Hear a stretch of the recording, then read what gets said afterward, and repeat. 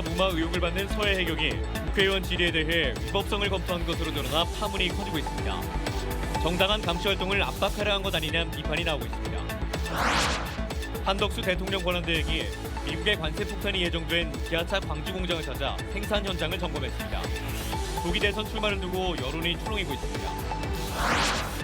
제주항공 참사 유족들이 수사가 더디다며 전남경찰을 항의 방문했습니다. 당초 약속과 달리 수사 상황을 공개하지 않아 유족들의 불만을 샀습니다. 세월호 참사 11주기를 앞두고 추모 분위기가 고조되고 있습니다. 도심에는 분향소가 설치됐고 세월호가 있는 목포시장엔 추모객들의 발길이 이어졌습니다. 여러분 안녕하십니까? KBC 8시 뉴스 시작합니다. 서해해양경찰청이 수사 외압과 부당 인사 의혹과 관련한 국회 자료 요구에 대해 위법성을 검토한 것으로 드러났습니다. 국가기관을 감시하는 국회의원의 활동을 방해하려 한 것 아니냐는 의혹이 나온 가운데 보고서 작성자와 법률 검토 지시자 등이 누구인지가 쟁점으로 떠올랐습니다. 조경원 기자의 단독 보도입니다. 400억대 배임 사건을 수사하다 목포해경 함정으로 발령난 서해해경청 전 수사팀장 A 경위. A 경위의 인사이동 배경에 대해 지난 2월 한 국회의원실은 해경에 서면으로 질의했습니다.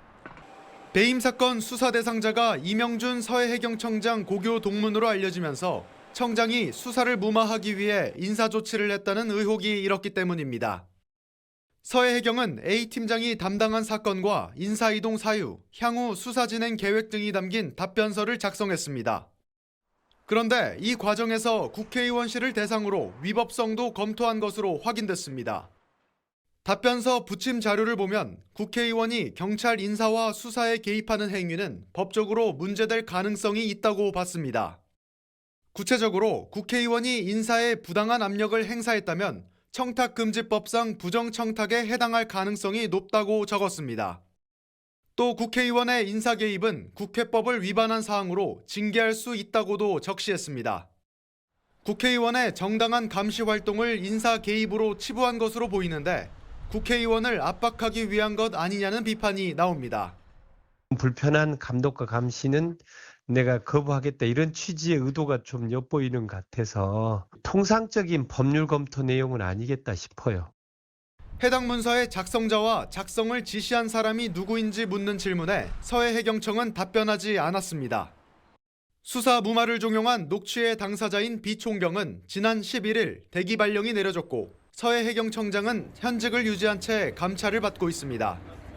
국회의원을 상대로 위법성 검토까지 한 것으로 확인되면서 수사 무마 의혹을 둘러싼 논란은 일파만파 확산할 전망입니다. KBC 조경원입니다. 한덕수 대통령 권한대행 국무총리가 오늘 기아 광주 공장을 찾아 미국발 관세 전쟁으로 어려움에 직면한 자동차 업계와 대응책을 논의했습니다. 최근 보수 진영에서 한덕수 차출론이 계속되는 가운데 이 같은 행보가 호남 출신으로서 존재감을 부각하는 것 아니냐는 분석이 나오고 있습니다. 정경원 기자의 보도입니다. 국회 대정부 질문에 불참한 한덕수 권한대행이 향한 곳은 광주였습니다. 기아 오토랜드 광주를 찾은 한 대행은 현대기아차 임원들로부터 미국발 통상전쟁에 따른 어려움을 듣고 대응 방안을 논의했습니다. 기아 오토랜드 광주는 지난해 기준 전체 생산 물량의 약 35%가 미국으로 수출될 정도로 관세 부과에 따른 타격이 클 것으로 전망됩니다. 한 대행은 정책금융 지원을 조속히 이행하고 자동차 산업 R&D 예산을 확대해 기술 경쟁력을 확보하는 등 대책을 추가로 마련하겠다고 약속했습니다. 자동차 산업의 경쟁력 확보를 위해서 특별히 노력해 주시기 바랍니다. 정부도 최대한 우리 기업과 같이 이러한 어려운 시기를 넘길 수 있도록 노력을 하겠습니다. 한 대행의 광주 방문에 대해선 해석이 분분합니다. 대미 관세 협상과 관련해 국무위원들과 함께 마지막 소명을 다하겠다는 발언을 했던 만큼 경제와 통상 분야 전문가로서 눈앞에 닥친 관세 문제를 해결하기 위한 현장 방문이라는 분석입니다. 반면 한덕수 차출론이 계속되는데도 대선 출마에 대한 명확한 입장을 내놓지 않고 있는 한 대행이 고향인 호남을 찾아 존재감을 부각시키려는 것 아니냐는 시각도 있습니다. 지역 시민사회단체들은 내란 공범인 한대행이 계엄군의 총칼에 희생당한 광주를 방문해선 안 된다며 광주 송정역에서 규탄 집회를 열었습니다. 한대행은 기아 오토랜드 광주 방문 뒤 대인시장을 찾을 예정이었지만 시민들의 반발을 이유로 이후 일정을 취소했습니다. KBC 정경원입니다.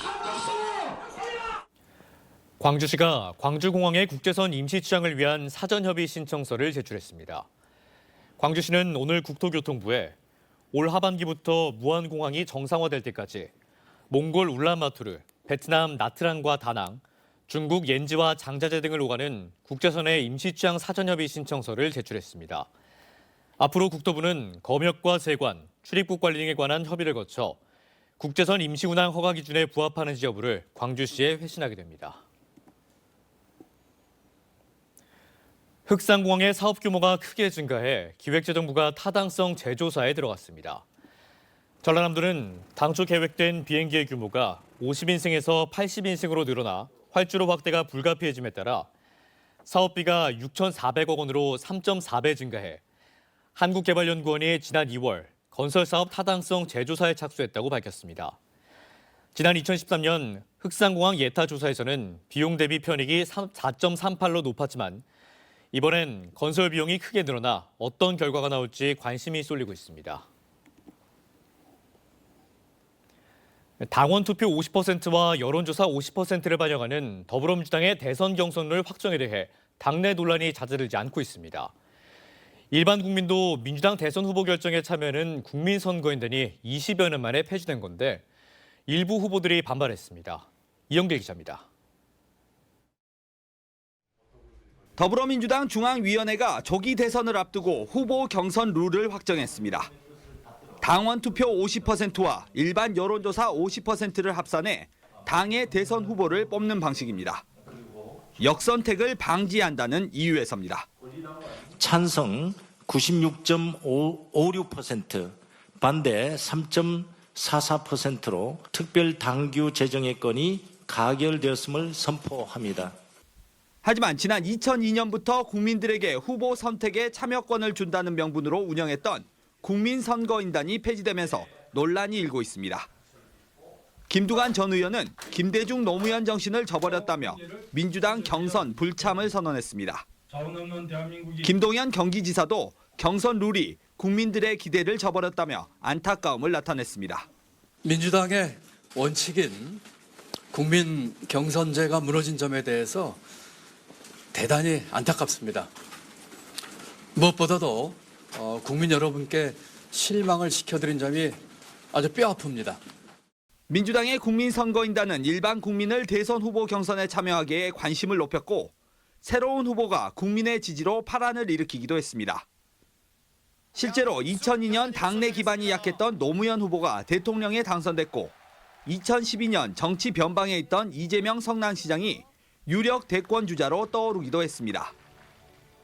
이번 경선룰 변경으로 사실상 이재명 1강 체제가 더욱 굳어지게 됐다는 평가가 당 안팎에서 나오고 있습니다. 민주당은 오는 27일까지 전국을 4개 권역으로 나눠 경선을 진행하는데 촉박한 일정에 당원 중심의 경선룰로 바뀌면서 컨벤션 효과를 기대하기 어려울 것이란 지적도 나옵니다. KBC 이영길입니다. 광주시가 유치한 반도체 설계 기업들이 잇따라 광주에 사무소를 엽니다. 광주광역시 팹리스 1호 유치 기업으로 세계 최대 규모 파운드리 업체인 TSMC의 유일한 국내 협력사인 주식회사 에이징랜드는 오늘 광주 실감 콘텐츠 큐브에서 광주 사무소 현판식을 개최했습니다. 광주시가 유치한 2호 팹리스 기업인 주식회사 에임퓨처도 다음 달 광주 실감 콘텐츠 큐브에 사무실 문을 열 예정입니다. 팹리스 기업은 공장은 없이 설계만 전문으로 하는 반도체 기업입니다. 12.29 제주항공 여객기 참사 희생자의 유가족들이 울분을 토하며 전남경찰청에 항의 서한을 전했습니다. 유족들은 경찰의 수사가 더디고 수사 상황을 피해자에게 공개하지 않고 있다고 지적했습니다. 신대희 기자가 보도합니다. 제주항공 여객기 참사 유족들이 전남경찰청장에게 항의 서한을 전했습니다. 경찰이 참사의 책임자를 밝히기 위한 수사를 더디게 하고 있고 수사 상황도 투명하게 공개하지 않는다는 겁니다. 이 수사 진행 상황에 대한 공식적인 보고나 위법 사항에 대한 법적 조치가 전혀 이루어지지 않고 있으며 유족들은 항공안전체계의 구조적 결함을 드러낸 중대한 사건인데도 신속하고 엄정한 수사가 이뤄지고 있는지 의문이라고 지적했습니다.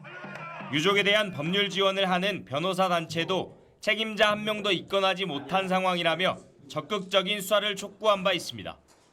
유족들은 수사 진행 경과와 조사 자료를 서면으로 보고하고 수사 결과에 따른 법적 행정적 조치 계획을 알려달라고 입을 모았습니다.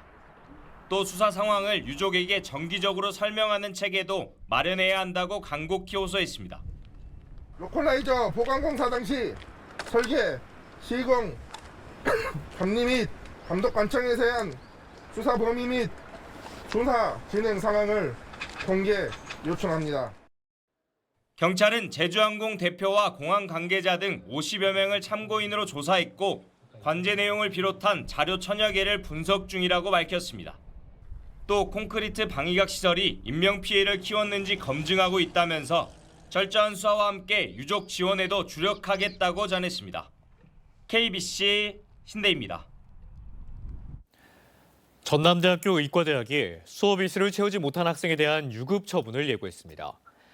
전남대는 전체 수업 일수의 4분의 1을 채우지 못하면 유급한다는 학칙에 따라 수업 일수 4분의 1인 오는 21일기에 수업 거부 학생들에게 유급 예정 통보서를 발송할 계획이라고 밝혔습니다. 다만 유급 처리는 성적 사정 기간인 학기 말에 이루어질 것으로 예상됩니다. 무안군의 돼지농장 3곳에서 구제역이 추가로 발생했습니다. 전라남도는 이동잔 해제 검사를 하기 위한 검역본부의 정밀검사 과정에서 무안군 일로읍과 삼양읍, 몽타면의 돼지농장 3곳의 축사 바닥에서 구제역 바이러스 항원이 발견됐다고 밝혔습니다. 농식품부는 이들 동장의 돼지 7,000두에서 구제역 임상 증상이 나타나지 않음에 따라 살처분 범위에 대한 검토에 들어갔습니다. 전남에서는 지난달 13일 처음으로 영암의 한우 농장에서 구제역이 확인된 이후 영암 13건, 무안 6건 등 총 19건이 발생했습니다. 고교생과 시민 등 304명의 목숨을 앗아간 세월호 참사가 내일이면 일어난 지 11년째를 맞습니다. 세월호 선체가 있는 목포신항은 물론 광주 곳곳에서는 희생자들을 기리는 추모 물결이 이어졌습니다. 임경섭 기자의 보도입니다. 바닷바람을 고스란히 맞으며 외로이 서 있는 세월호. 애끓는 심정으로 버텨온 유가족들의 지난 11년 세월을 보여주듯 선체는 붉게 녹슬었습니다. 세월호가 보이는 목포신항 입구에는 희생자들의 넋을 기리려는 추모객들의 발길이 이어집니다. 가만히 있으라고 했던 말 때문에 사람들이 제일 많이 죽었다는 게 돌아가서도 계속 이제 머릿속에 남도록 잊지 않도록 계속 생각하고. 노란 리본에 새겨진 하늘에선 행복하길, 희생자들을 기억하겠다는 말을 천천히 곱씹어 봅니다. 저희와 나이가 비슷한 분들이 이렇게 돌아가셨다고 생각하니까 너무 안 좋아요. 그 노란색 문구로 그 돌아오길 바래 그런 게 있었거든요. 이게 아직도 기다린다는 게 전 정말 슬펐어요. 광주에서는 5.18 민주광장과 곳곳에 합동 분향소가 차려지면서 시민들의 애도가 이어졌습니다. 각 마을에서 열린 기억문화제에는 학생들이 마음을 담은 엽서를 쓰고 노란 리본으로 LED 등을 만들며 언니 오빠들을 기억했습니다. 희생자들에 대해서 조금 더 참사를 애도하는 마음으로 그리고 청소년들의 더 안전한 사회를 만들기 위해서 그러한 체험들을 준비했습니다. 시민들은 그날의 진실을 투명하게 밝히고 우리 사회에 벌어진 참사를 되풀이하지 말자며 다짐했습니다. 세월호 참사 이후 11년이 지났지만 시민들은 희생자들을 기억하겠다는 그날의 약속을 잊지 않겠다며 다짐했습니다. KBC 임경섭입니다.